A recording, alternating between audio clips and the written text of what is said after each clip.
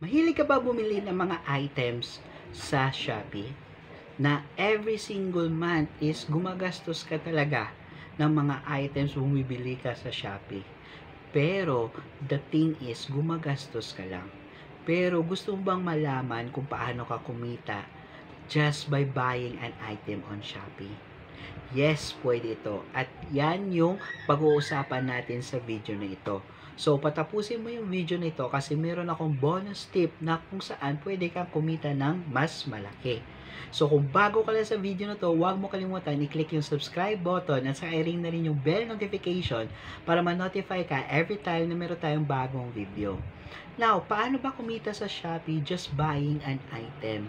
So, meron tayong tinatawag na cashback na every time na mag-shopping tayo online, merong pera or percentage of income na bumabalik sa atin. Okay? So, gamitin natin yung app na Shopback. So, it's totally free to register. So, kung wala ka pang Shopback, just click the link in the description box below. Mapupunta ka sa Google Play Store.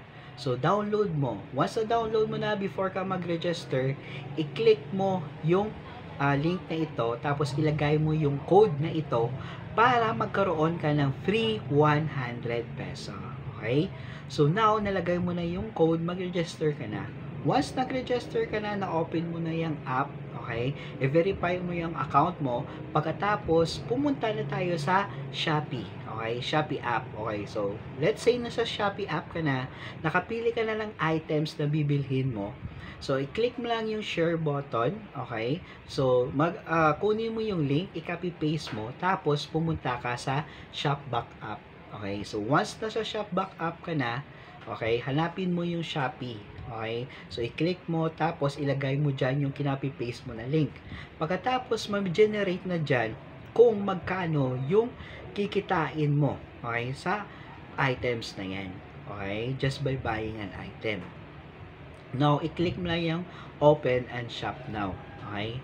So, once nagawa mo na yon, marireflect yan actually sa Shopback account mo. Okay? Kung magkano na yung kikitain mo. Now, the question is, meron akong kita, paano ko dito ma-withdraw?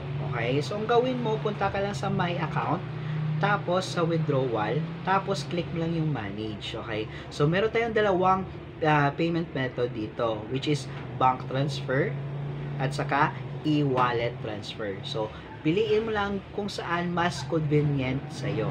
Okay?